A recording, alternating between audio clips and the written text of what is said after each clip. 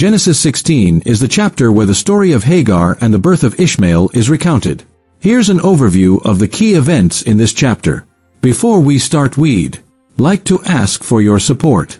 If you enjoy our video, please hit the like button. This will help us reach more people and create content for you.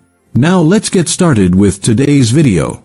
Genesis 16, the story of Hagar, Sarai, and Abram. Genesis 16 marks a pivotal moment in the biblical narrative, focusing on the complex dynamics between Abram, later renamed Abraham, his wife Sarai, later Sarah, and Hagar, Sarai's Egyptian maidservant. This chapter introduces the birth of Ishmael, Abram's first son, who would become the progenitor of a significant line of descendants. The chapter also highlights human struggles with faith, waiting on God's promises, and the consequences of taking matters into one's own hands. Context of Genesis 16. In Genesis 12, God called Abram to leave his homeland and promised to make him the father of a great nation, Genesis 12 verse 2. However, by Genesis 16, about 10 years had passed since God made this promise, and Sarai had not yet borne Abram any children. In the ancient Near Eastern culture, having children, particularly sons, was crucial, as they were seen as the future of one's lineage, inheritance, and legacy. This pressure placed a heavy burden on couples who struggled with infertility. Sarai's barrenness is not just a personal or family issue but a theological one.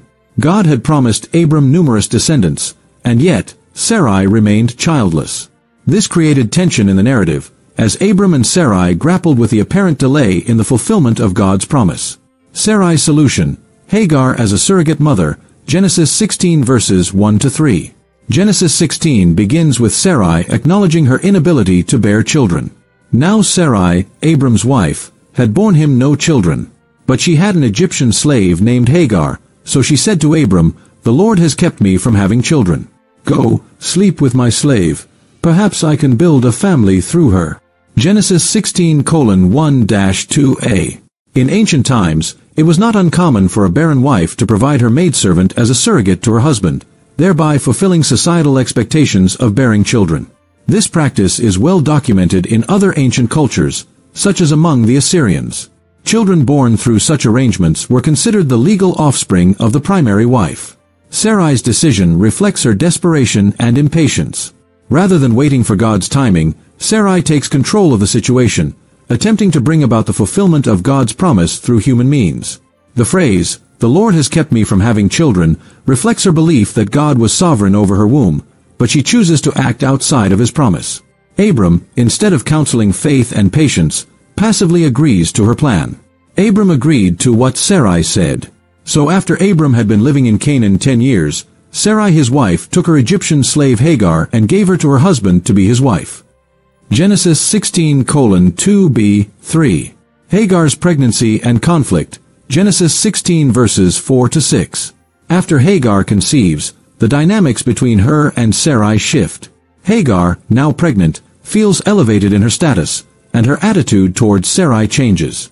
The text states, "When she knew she was pregnant, she began to despise her mistress." Genesis 16:4b. In Hagar's eyes, her pregnancy likely gave her a sense of superiority. In a household where bearing a child, especially a male heir, was paramount, Hagar may have believed that she now had a more important role than Sarai. This shift in attitude creates tension between the two women.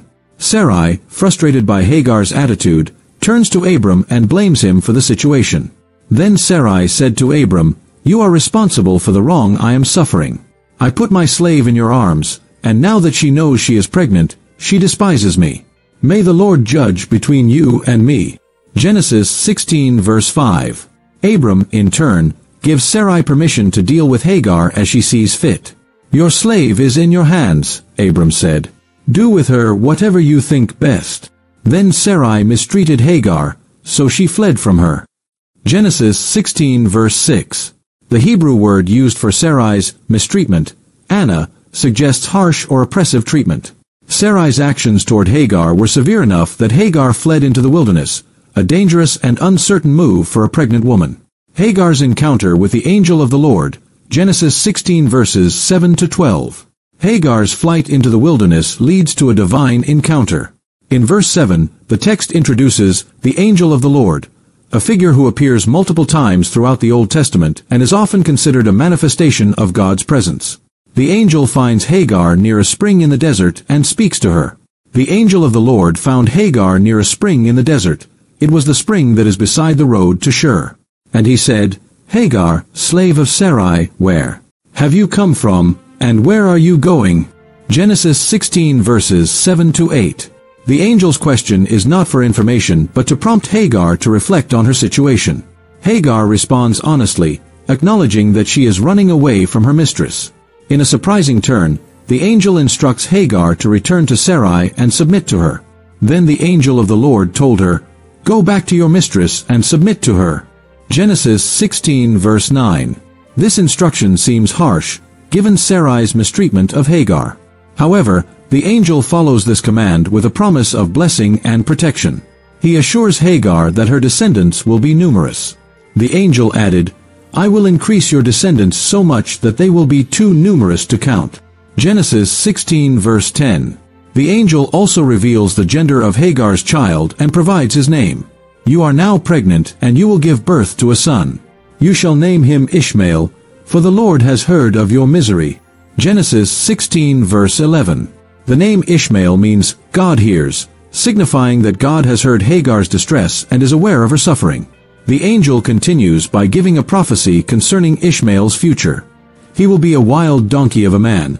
His hand will be against everyone and everyone's hand against him, and he will live in hostility toward all his brothers. Genesis 16 verse 12. This prophecy foreshadows the tumultuous history of Ishmael's descendants and their relationship with other nations, particularly Israel. Hagar Names God, El Roi, Genesis 16 verses 13 to 14.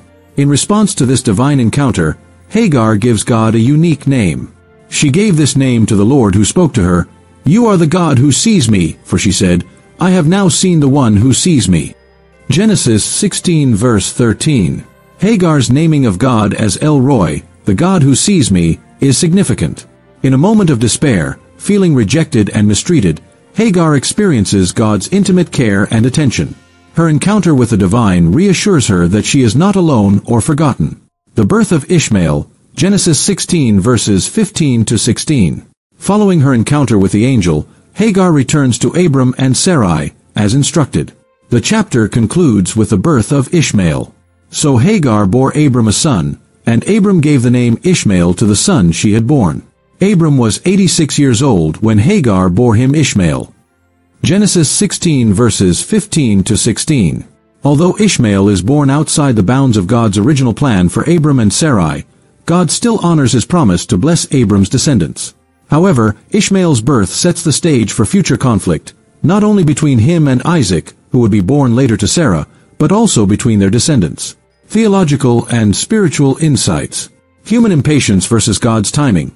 The story of Sarai, Abram, and Hagar illustrates the consequences of acting out of impatience and trying to control outcomes that should be left to God's timing. Sarai's decision to give Hagar to Abram as a surrogate wife reflects her struggle to trust God's promise. This impatience leads to family strife and long-term complications. It serves as a reminder that God's promises often come with a period of waiting, during which faith and patience are tested. God's compassion and care. Despite the human failings in this narrative, God's compassion is evident, especially in his treatment of Hagar. Hagar is an Egyptian servant, a marginalized figure in the story, yet God seeks her out in the wilderness and provides her with hope and a future. God is often described as one who sees the oppressed and cares for those who are mistreated, as reflected in Hagar's naming of God as El Roi. The role of Ishmael. While Ishmael is not the child of the covenant, that role would belong to Isaac, God still blesses him.